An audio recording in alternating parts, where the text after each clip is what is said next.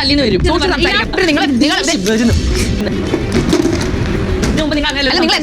Hello guys, പുതിയൊരു വീഡിയോയിലേക്ക് എല്ലാവർക്കും സ്വാഗതം. നമ്മുടെ സാരിക ചേച്ചി and Jassi hot seat milestone മേക്കേഴ്സിൽ പുതിയ ഹോട്ട് സീറ്റിന്റെ ഇന്റർവ്യൂ വന്നിട്ടുണ്ട്.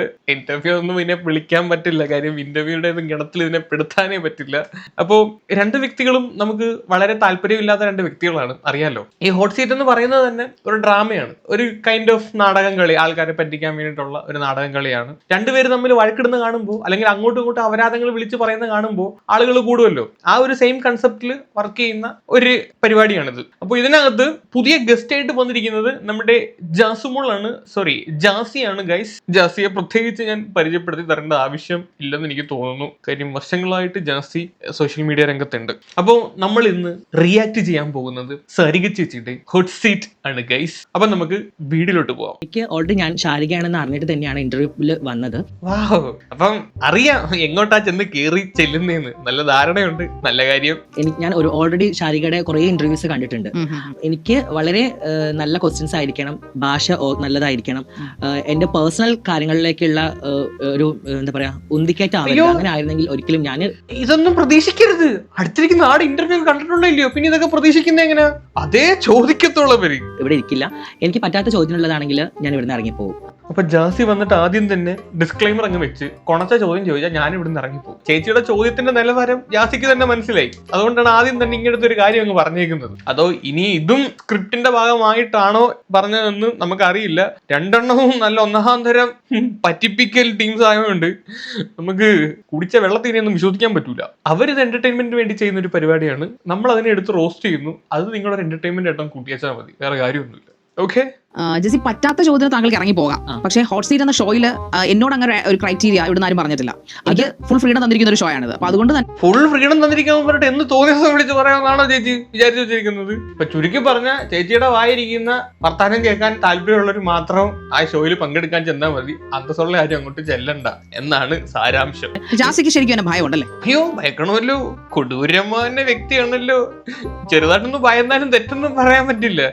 ചേച്ചി ഭയങ്കര കുറയ്ക്കുന്ന സിംഹമാണ്, അപ്പൊ പിന്നെ ഭയക്കണം. ജാസി ആദ്യം തന്നെ വന്ന് ചേച്ചിയുടെ അടുത്ത് പറഞ്ഞു പേഴ്സണൽ ആയിട്ടുള്ള ചോദ്യങ്ങളൊന്നും ചോദിക്കരുതെന്ന്. അങ്ങനെ പേഴ്സണൽ ആയിട്ടുള്ള ചോദ്യങ്ങളൊന്നും ചോദിക്കരുതെന്ന് പറഞ്ഞ ജാസി എടുത്ത് ശാരിക ചേച്ചി ചോദിക്കുന്ന ആദ്യത്തെ ചോദ്യം കേൾക്കാം. ഒറ്റ ചോദ്യം, ക്ലിയർ ആണ് ചോദ്യം. നിങ്ങൾ എന്തിനാണ് ആശയെ തല്ലിയത്? ആശി വേറെ പെണ്ണിന്റെ കൂടെ പോയതിന്?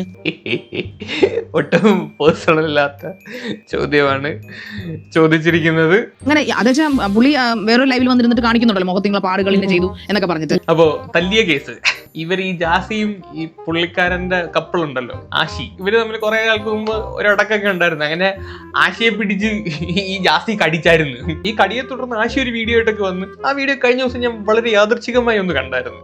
എനിക്ക് ഇതിന് എങ്ങനെയെങ്കിലും പുറത്തു വരണം. ഞാൻ അതിനുവേണ്ടി ഒരുപാട് അടിയൊക്കെ കൊണ്ട് എൻ്റെ വീട്ടിലൊക്കെ വിളിച്ചപ്പോൾ വീട്ടുകാരൊക്കെ തിരിച്ച് വാന്നാ പറയുന്നത്. പിന്നെ അവൻ പറഞ്ഞ് എൻ്റെ കൂടെ അങ്ങനെ നിൽക്കണം, അങ്ങനെയാണ് അവൻ്റെ ഒരു വാക്കുകൊണ്ടും പിന്നെ അവൻ്റെ ഒരു ഇതിനു കൊണ്ട് നിൽക്കുന്നത്. എല്ലാ വീഡിയോസും കണ്ട ഗൈസിന് അറിയാം, ഒരു ഹാപ്പിനെസ് ഇല്ലാത്ത വീഡിയോസാണ് എല്ലാം അറിയാം. പിന്നെന്താ, എനിക്ക് വേറെ ജോബൊക്കെ കിട്ടി ഞാനൊക്കെ സെറ്റായി നാട്ടിൽ പോയിട്ട് വരാറുമ്പോൾ ഇവ എന്നെ നാട്ടിലേക്ക് വിടില്ല. എൻ്റെ പാസ്പോർട്ടൊക്കെ വാങ്ങി വെച്ച് ഭയങ്കര ബ്ലോക്കിങ്. അപ്പോൾ ഒരു ഹെൽപ്പിന് വേണ്ടി തന്നെ നന്ദിനി റെഡ്ഡി പറഞ്ഞ പെൺകുട്ടിനെ പോയി കണ്ട് സംസാരിച്ചപ്പോൾ അവൾ പറഞ്ഞ ഹെൽപ്പ് ചെയ്യാം എന്നുള്ള രീതിയിൽ ഹെൽപ്പ് ചെയ്യുമ്പോഴത്തേനും നിങ്ങൾ ഇവിടെയൊക്കെ ഉണ്ട് ഗൈസ്, ഇവിടെയൊക്കെ ഭയങ്കര പെയിനാണ് ഇതുണ്ട്. അതൊക്കെ കടിച്ച പാടാണ്. ഇതെന്നെ കടിച്ച് മൊബൈലിൽ ഇത് വെച്ച് കുത്തിയതാണ്. പിന്നെ ഇതൊക്കെ അടിക്കുമ്പോൾ ഇതൊക്കെ നെഗപ്പാടാണ് ഗൈസ്. അങ്ങനെ ജാസി കടിച്ച പാട്ടൊക്കെ ആയിട്ട് അന്ന് ആശി ഈ വീഡിയോ ഒക്കെ ആയിട്ട് വന്നിരുന്നു. ഇതിനെ തുടർന്ന് ജാസിയും വേറെ വീഡിയോ ഒക്കെ ചെയ്തിട്ടുണ്ട്. അന്ന് ഭയങ്കര കോൺട്രവേഴ്സി ആയിട്ടൊരു സംഭവമാണ്. അതിനെപ്പറ്റിയാണ് സത്യം പറഞ്ഞാൽ ഈ ഒരു ഇന്റർവ്യൂ മൊത്തം ശാരിക ചേച്ചി ചോദിക്കുന്നത്. പിന്നെ ശാരിക ചേച്ചിയും കുറ്റം പറയാൻ പറ്റത്തില്ല, ഇവരെയൊക്കെ വിളിച്ചു വരുത്തിയിട്ട് പേഴ്സണൽ കാര്യങ്ങളല്ലേ ചോദിക്കാനുള്ളൂ. ഞാൻ ഇഷ്ടപ്പെടുന്ന ആൾക്കാർ മറ്റൊരു ബെഡ് സ്പേസ് തേടി പോയി കഴിഞ്ഞാൽ അത് ഞാൻ സഹിക്കത്തില്ല. അതിന് അവർ ഉപദ്രവിക്കുമോ? ഞാൻ ചെറിയ ഉപദ്രവിച്ചു തരും. ശാരിക ചേച്ചി എന്തോ ചേച്ചി പറയുന്നേ? ഇപ്പൊ നമ്മുടെ ഒരു പാർട്ട്ണർ നമ്മളെ മൂഞ്ചിച്ചിട്ട് വേറെത്തന്റെ കൂടെ പോകുമ്പോ നമ്മളതിനെ എങ്ങനെ റിയാക്ട് ചെയ്യുമെന്നും അറിയത്തില്ല. അങ്ങനെ ജാസി പിടിച്ച് ആശിയെ കടിച്ച്, അങ്ങനെ ആ കടിച്ചതിനെയാണ് ചേച്ചി പറയുന്നത് ആശിക്ക് രണ്ട് മുഖം ഉണ്ടെന്ന്. അങ്ങനെ നോക്കുകയാണെങ്കിൽ ഈ ലോകത്തുള്ള എല്ലാവർക്കും രണ്ട് മുഖമുണ്ട്. പല സാഹചര്യത്തിലും പല രീതിയിലാണ് മനുഷ്യന്മാർ റിയാക്ട് ചെയ്യുന്നത്. എനിക്കൊന്ന് ശാരിക ചേച്ചി അങ്ങനത്തെ ഒരു അവസ്ഥയിലൊക്കെ വന്നു കഴിഞ്ഞാൽ സ്ഥലളിയാ ഇത് പോയിട്ട് വാ, സൂപ്പർ പൊളിച്ചിട്ട് വാ എന്നും പറഞ്ഞിടുമെന്ന് തോന്നുന്നു കേട്ടോ. കാരണം ശാരിക ചേച്ചിക്ക് ഒറ്റ മുഖമേ ഉള്ളൂ. പക്ഷെ പല ചാനലിലും ചേച്ചിയുടെ വീഡിയോ എടുത്തു നോക്കി കഴിഞ്ഞാൽ പല മുഖങ്ങളാണ്. ചേച്ചി കാറിനകത്ത് കയറി സ്വന്തം ചാനലിൽ വീഡിയോ ഇടുമ്പോൾ ഒന്ന് പറയും, മൈൽ സ്റ്റോൺ മേക്കേഴ്സിൽ വന്നിട്ട് വേറൊരു കാര്യം പറയും, പിന്നെ ഫോക്കസ് ടി വി പോയിട്ട് വേറൊരു കാര്യം പറയും. ചേച്ചിയുടെ നിലപാടുകൾ ചാനൽ ബൈ ചാനൽ ഇങ്ങനെ മാറിക്കൊണ്ടിരിക്കും. പക്ഷെ ശാരിക ചേച്ചിക്ക് ഒറ്റ മുഖമേ ഉള്ളൂ കേട്ടോ, ഒറ്റ മുഖമേ ഉള്ളു. പക്ഷെ ഞാൻ കേട്ടത്, ഞങ്ങൾ ഈ നാട്ടുകാർ മുഴുവൻ കേട്ടത് താങ്കൾ ആശയം തല്ലി ചതച്ച് താടിയിട്ടെന്നാ കേട്ടത്. നാട്ടുകാർ എന്തൊക്കെ പറയുന്നുണ്ട്? നാട്ടുകാർ പറഞ്ഞ എല്ലാം സത്യമാണോ?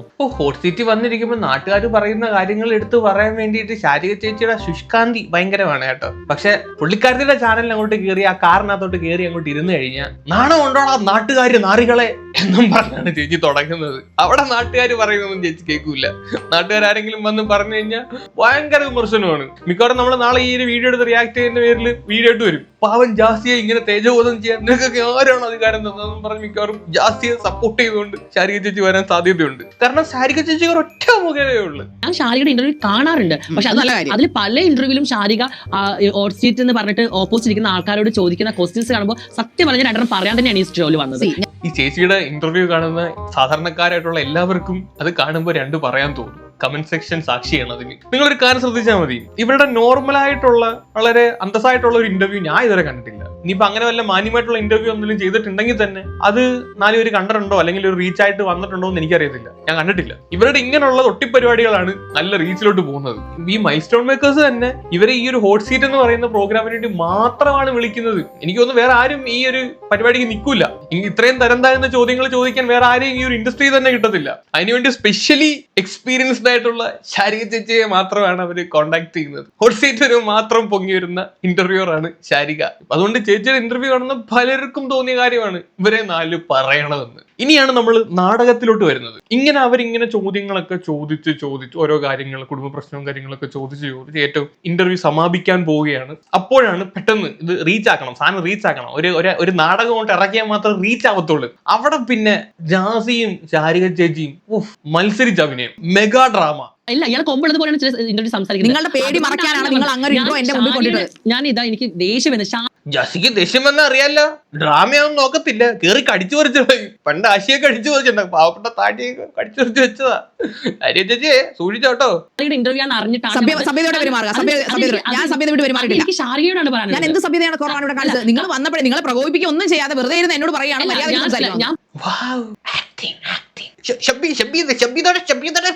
ഭയങ്കരமான ആക്ടിങ്. ബിഗ് ബോസിൽ നടത്തേണ്ട അടി അവർ ഇവിടുന്ന് റിഹേഴ്സൽ ചെയ്തോണ്ട് പോവാണ് ഗൈസ്. പറഞ്ഞത് ഇയാളുടെ ഇന്റർവ്യൂ കണ്ടിട്ട് എനിക്ക് സത്യം പറയാൻ ഞാൻ പറയാനായിട്ട് തന്നെയാണ് വന്നത്. ഞാൻ മുമ്പ് എന്താണ് ഇത്ര പറയാനുള്ളത്?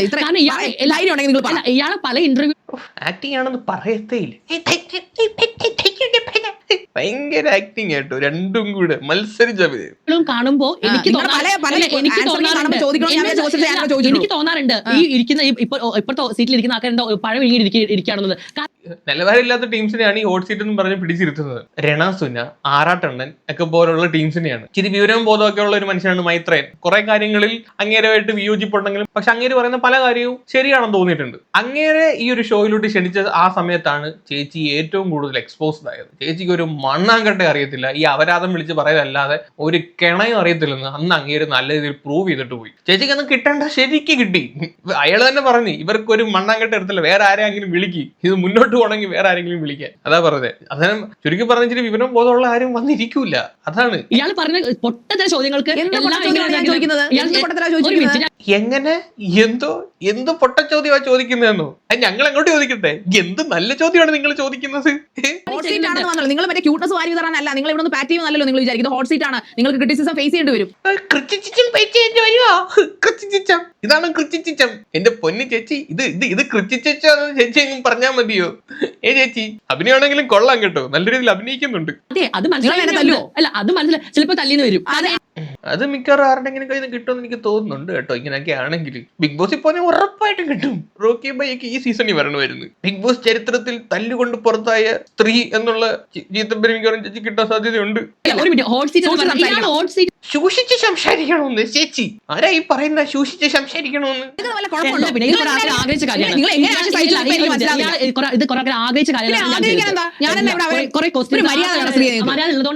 നമ്മൾ ഈ വീഡിയോ ആദ്യം കാണിച്ച പോലെ എന്തോ വെള്ളമൊക്കെ കോരി ഒഴിക്കുന്ന ഒരു സിനാരിയോ ഈ ഒരു ഇന്റർവ്യൂവിനകത്ത് ഉണ്ടായിരുന്നു. അതൊന്നും ഏറ്റവും അവസാനം കാണിച്ചില്ല, അത് കട്ട് ചെയ്ത് കളഞ്ഞെന്നാണ് തോന്നുന്നത്. പക്ഷെ ആ ഒരു ഇൻട്രോസ് കാണിച്ച സമയത്ത് വെള്ളം കോരി ഒഴിക്കുന്ന സംഭവമൊക്കെ ഉണ്ടായിരുന്നു. അങ്ങനെയാണ് ചേച്ചി ചാടിത്തുള്ളി എണീറ്റ് പോകുന്നത്. വൻ നല്ല സ്ക്രിപ്റ്റഡ് നാടകമാണ്. വെള്ളം അവിടെ കൊണ്ട് വെച്ചിട്ടുണ്ടായിരുന്നു എടുത്ത് ഒഴിക്കാൻ വേണ്ടിയിട്ട്. അത് അത്രയും നല്ല നാടകം പ്ലാൻ ചെയ്ത് വെച്ചിട്ടാണ് പരിപാടി തുടങ്ങിയത്. അവസാനം ഞാൻ വെള്ളം കോരി ഒഴിക്കും, അന്നേരം എണീറ്റ് പൊക്കോണം. ഈ ഹോട്ട് സീറ്റിന്റെ ഒരു പ്രത്യേകത നോക്കിയാൽ മനസ്സിലാവും. ഈ തുടക്കം കാണിക്കുന്ന ഒരു ഇൻട്രോ തന്നെ ഭയങ്കര ഉടക്കായിരിക്കും കാണിക്കുന്നത്. പക്ഷെ പലപ്പോഴും നമ്മൾ കണ്ട് ഏറ്റവും അവസാനത്തോട്ട് പോകുമ്പോഴത്തേക്ക് ആ തുടക്കം കാണിക്കുന്ന ഉടക്ക് ഇതിനകത്ത് കാണിക്കൂല. രണാസുനയുടെ 1-2 ഹോട്ട് സീറ്റ് ഇന്റർവ്യൂസ് വന്നിട്ടുണ്ടായിരുന്നു. അതിനകത്ത് എല്ലാം ഇത് തന്നെയാണ്, തുടക്കം കാണിക്കുന്ന അടി പിന്നില്ല. അപ്പോ രണ്ടുപേരും, ജാസിയും ശാരിക ചേച്ചിയും നല്ല രീതിയിൽ അഭിനയിച്ചു. രണ്ടുപേരും അഭിനയിക്കാൻ നല്ല കഴിവുള്ളവരാണ്. ഇച്ചിരി ഇങ്ങോട്ട് ഇമ്പ്രൂവ് ചെയ്യാനുണ്ട്, എന്നാലും അഭിനയിക്കാൻ കഴിവുള്ളവരാണ് തെളിയിച്ചു. ശാരിക ചേച്ചിയൊക്കെ ബിഗ് ബോസിലുണ്ടെന്നാണ് അറിഞ്ഞത്. അപ്പൊ ഇവിടുന്നേ അങ്ങ് പ്രാക്ടീസ് ചെയ്യുക ചേച്ചി, മനസ്സിലായോ? ബിഗ് ബോസിലൊക്കെ പോയി കഴിഞ്ഞാൽ അടിയൊക്കെ ഉണ്ടാക്കണ്ടേ, എല്ലാത്തിനും അടിയായിരിക്കും, പൊരിഞ്ഞടിയായിരിക്കും. ശാരിക ചേച്ചി ബിഗ് ബോസിൽ പോണം, ഒരു 2 ആഴ്ചയെങ്കിലും തയ്ച്ച് നിൽക്കണം എന്നാണ് എന്റെ ഒരു ആഗ്രഹം. അപ്പോൾ ഇതായിരുന്നു ഗൈസ് നമ്മുടെ ശാരിക ചേച്ചിയുടെയും ജാസിയുടെയും ഇന്റർവ്യൂ. പ്രത്യേകിച്ച് കാര്യമൊന്നുമില്ല, വെറുതെ ഒരു നേരം പോക്കിന് ചെയ്തൊരു വീഡിയോ ആയിട്ട് കൂട്ടിയാൽ മതി, കൂടുതലൊന്നും പറയാനില്ല. എന്താണ് ഗൈസ് നിങ്ങളുടെ അഭിപ്രായം? താഴെ വന്ന് കമന്റ് ചെയ്യുക. അപ്പൊ ശരി, ബൈ.